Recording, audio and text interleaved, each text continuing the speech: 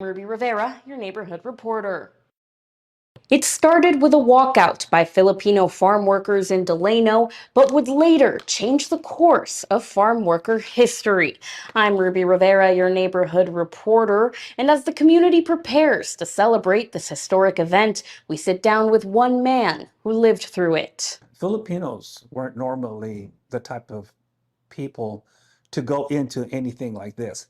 So when I heard that we were participating in such an event at a young age, my head wasn't ready to wrap that around. In 1965, when the grape strike broke out in the fields of Delano, Dominador Tomate was only 12 years old. Coming from a farm working family, Tomate says it was very surreal seeing hundreds of people stop work and recalls the moment he knew something was happening. An army of Filipinos, and they actually stopped one of the trucks that had grapes in it, lugs of grapes, and they toppled the truck halfway, and the grapes that were picked were all over the road. Soon after the Filipinos walked out, Mexican-American workers joined them, led by Cesar Chavez and Dolores Huerta. Tomate, who started working in the fields at the age of 9, says they didn't even have access to bathrooms, one of the many things they fought for. Wage at that it was about $1.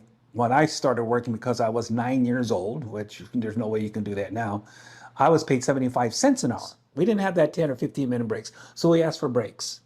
We asked for a living wage. Together, they launched the Delano Grape Strike. One march later turned into 5 years of marches, boycotts, and hunger strikes that eventually won farm workers their first union contracts in U.S. history. Now, 6 decades later, and the community of Delano still gathers to celebrate the victory that started it all for farm workers. The 60th anniversary happens at Robert F. Kennedy High School. Celebrations will be conducted all day on Saturday from 8 a.m. to 7 p.m., equipped with food, speakers, and screenings from movies based on the strike.